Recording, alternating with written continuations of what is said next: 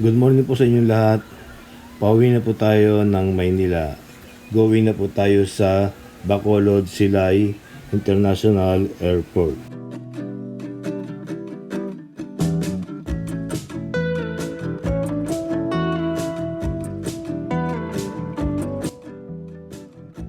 Ito yung Bacolod Chicken Inasal.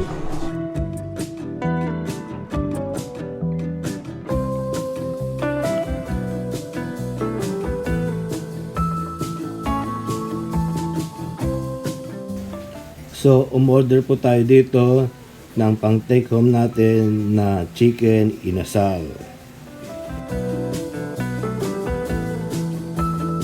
Pagpapainitin yan, ano na lang, microwave na lang. Sir, microwave, oven, kahit ano sir, nang lagyan mo ng ano sir, ang tawag to, oil. At saka pwede steam sir, mas maganda kapag Steam. no. Kasi hindi siya magda-dry or Oo. matigas. Lalambot siya sir. Steam na lang. Okay, thank you.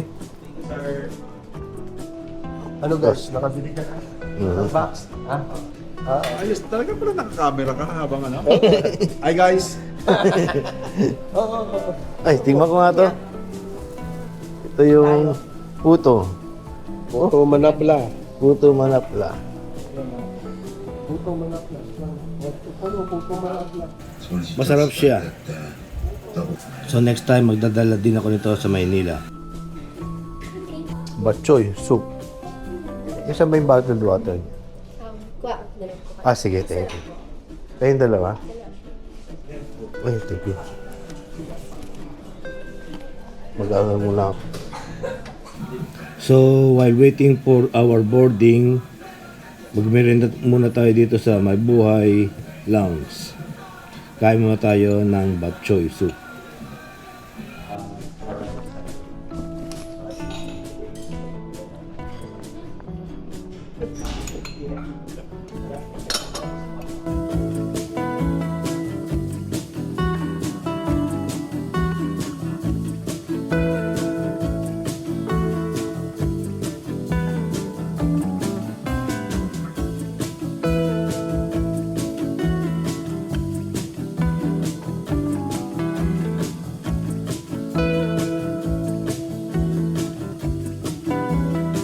Toyo pa naman siya.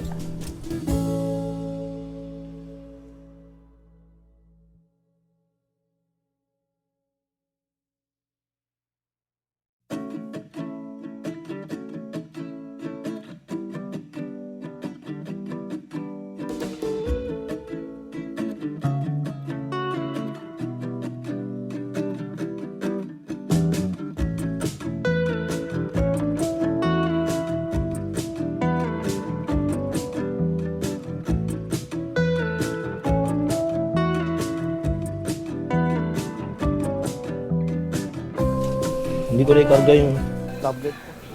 So while checking my belongings, napansin ko na hindi ko nakarga yung iPad ko.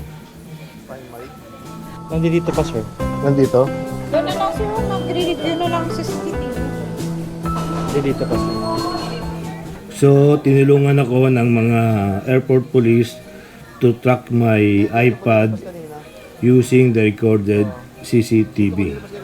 Before entering, Ha? Mga 5 minutes ago. So, na-track sa CCTV ng after ng X-ray inspection ay kinuha ko yung iPad ko and then umupo kami sa isang bench.